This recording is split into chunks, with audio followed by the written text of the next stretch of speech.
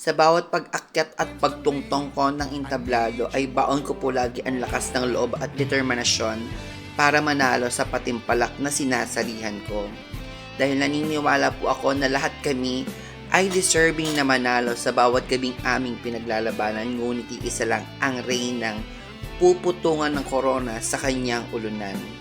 Kaya manalo man po ako o matalo sa bawat patimpalak na sinasalihan ko, lagi ko na lang po isinasa isip at sinasa puso na marami pang mga bagay at oportunidad na pwedeng dumating para sa atin.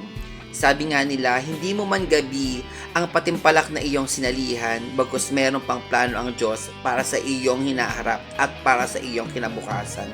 Lagi mong papakatandaan na hindi lang sa isang gabi natatapos ang laban. Dahil sa araw-araw na hamon ng buhay ay lagi tayo pinagtitibay at pinalalakas ng Diyos sa lahat ng laban na ating kinaharap.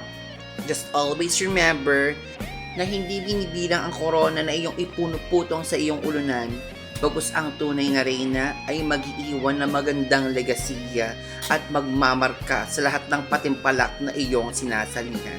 This is Queen J. M. Palarca saying, hindi man kagandahan, pero may sariling istilong hinahangaan. And I thank you.